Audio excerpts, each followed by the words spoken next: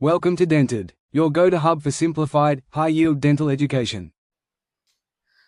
Hello guys. तो आज की इस वीडियो से हम लोग अपना जो है कि एक नया टॉपिक स्टार्ट कर रहे हैं, that is the disease of pulp and the periapical infections.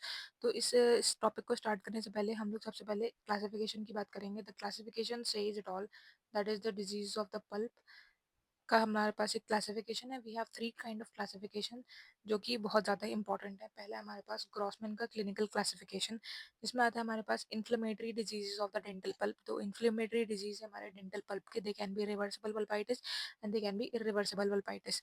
अगर हम इरिवर्सिबल वल्पाइटिस की बात करें, so it is again divided into four parts, that is the acute irreversible vulpitis, chronic irreversible vulpitis, chronic hyperplastic vulpitis, as well as we have the internal resorption. Next हम लोग का pulp degeneration में आता है हम लोग के पास we have the calcific degeneration. अगर हो रहा है, इसमें हमारे पास रेडियोग्राफिक डायग्नोसिस होता है। एट्रोपिक डीजेनरेशन है तो ये एक हिस्टोपैथोलॉजिकल डायग्नोसिस होता है। Next we have the fibrous degeneration. Next about it we have the pulp necrosis. ये हमारा एक क्लासिफिकेशन हो गया, दैट इज द ग्रॉसमैन का क्लासिफिकेशन, क्लिनिकल क्लासिफिकेशन।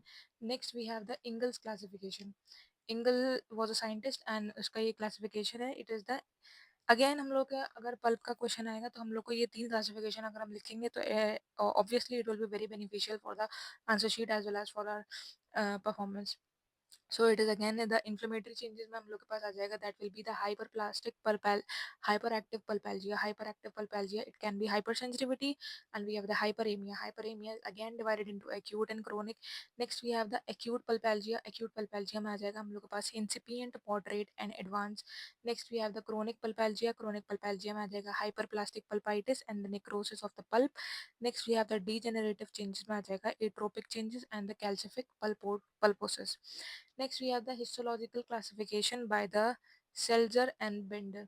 ये हमारे दो साइंटिस्ट थे, इन दोनों ने हमारे क्लासिफिकेशन दिया था, that is the first part is based on the inflammatory changes, intact pulp with scattered chronic inflammatory cells, acute pulpitis, chronic pulpitis with partial necrosis, chronic partial pulpitis, and we have the pulp necrosis. Next we have the degenerative changes. Degenerative changes में आ जाएगा हम लोग के पास atrophic pulp and the dystrophic mineralization. So this completes the classification kind of video, and from the next video we will start topic wise about the acute pulpitis and the chronic pulpitis. Continuing the series, we will meet in the next video.